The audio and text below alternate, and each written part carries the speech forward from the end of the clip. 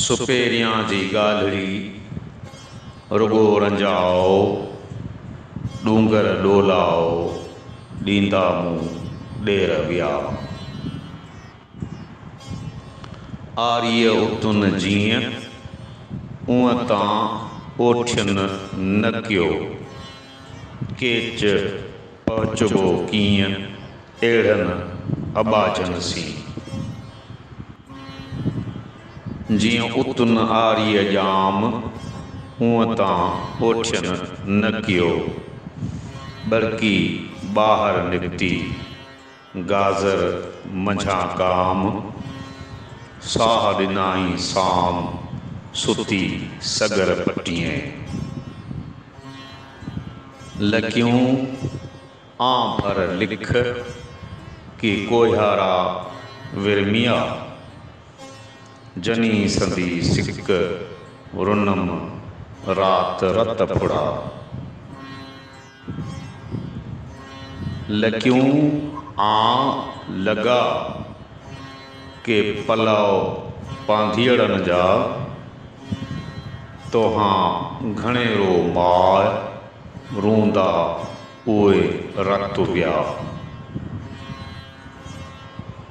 Kojo लॻुसि कान केचन जे कुर्ब जो, थी निमाणी निशान छॾे सांगो साह जो।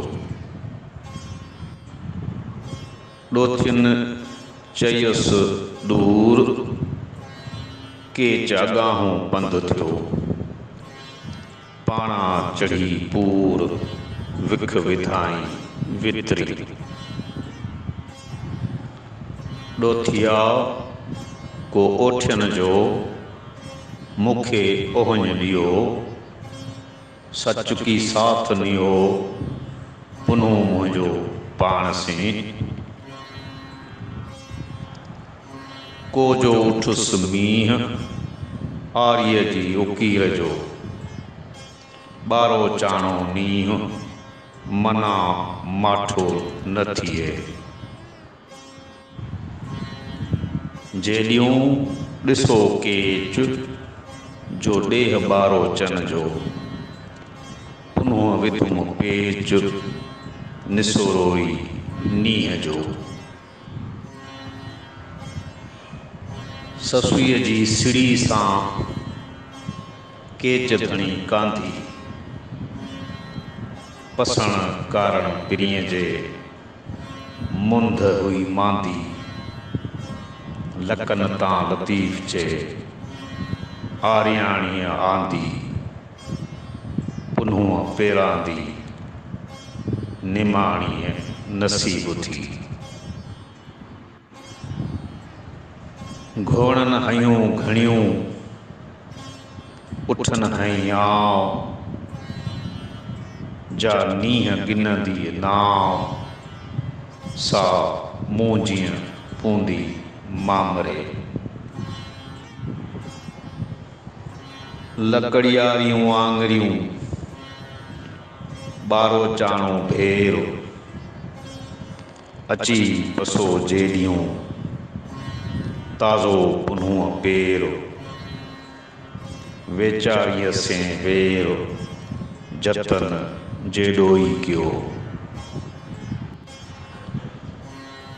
लुछणो न लाहीन गूंदर हिन ग़रीब तां, पर में पचाईन जीजां जोश जतन जा। है थो वञे होत आऊं के अॻ भरी थियां, मतां चोए बलोच कमीणीअ मां की न थियो। कमीणनि हथा थीन मोराई मतियूं, तूं कर पाण वड़ा मोट सबा जा सुपरी। न की थियां न संग में न की संगीणी,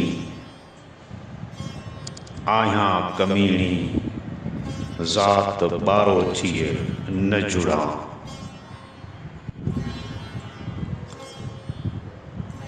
के चम ख़बर होए हिन मुंहिंजी ज़ात जी, मतां पुन्हूं पोइ लॼ मुंहिंजी लोए में।